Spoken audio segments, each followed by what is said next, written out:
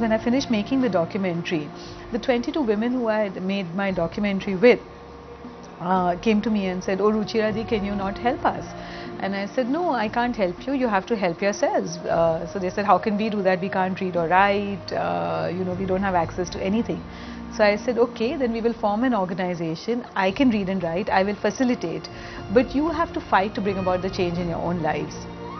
And on that basis, we formed Apne Aap, which is why it's called Apne Aap, which means self-help in Hindi. The women began to see the change in their children and they said, "What about us? We want to change our own lives too." And so then we began to train them about the rights. How they had a right to legal protection, how they had a right to safe and independent housing, how they had a right to a sustained and dignified livelihood, and how they had the right to education. And I said, independent India does offer all this for its women, and we will teach you how to access it.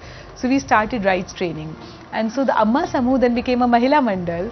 And from the Mahila Mandal, what happened was that we began to actually create ID cards for the women because they were part of a women's group. The ID cards taught them about legal protection, because when a client tried to beat them or a police officer tried to beat them, they were able to show the ID card and say, "Listen, we belong to this group, and if you try to snatch our property or beat us, we are going to take you to this group or go file a complaint in a police station." And that helped them. So they began to get back their lost identity. And then from that, then they began to think, oh, maybe another future is possible. We don't have to be stuck here, that we will be thrown out of the brothels, be on the sidewalk, become beggars and die.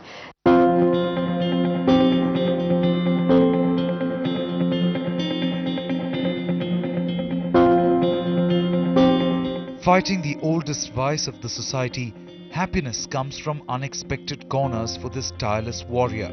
Was that when I was making the documentary, then a customer pulled out a knife on me inside the brothel. And the women who I was with, they formed a circle around me and they said that, "No, we want to tell her our story, we want our story to get out to the world. And if you want to kill her, then you have to kill us first." And it was a circle of women who were the most marginalized and the most likely to be killed or attacked, and they protected me. And that inspired me to carry on. And again, there have been situations like this. Right now in Bihar, I'm facing a death threat from traffickers.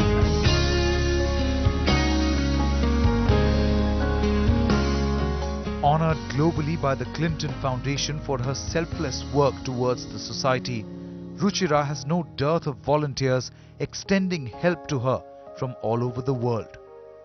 I think that her work, because it's such on so many levels, it's such a devastating problem for society, and it's so just violent and cruel, and there's so many things about it that are terrible. It's the fact that Ruchira does such important work is inspiring, and just it's not an issue that gets enough attention or that people care enough about, but she does her work in spite of that.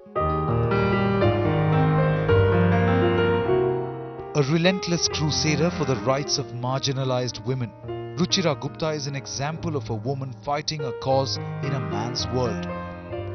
Just the thing that gives more power to Stree Shakti.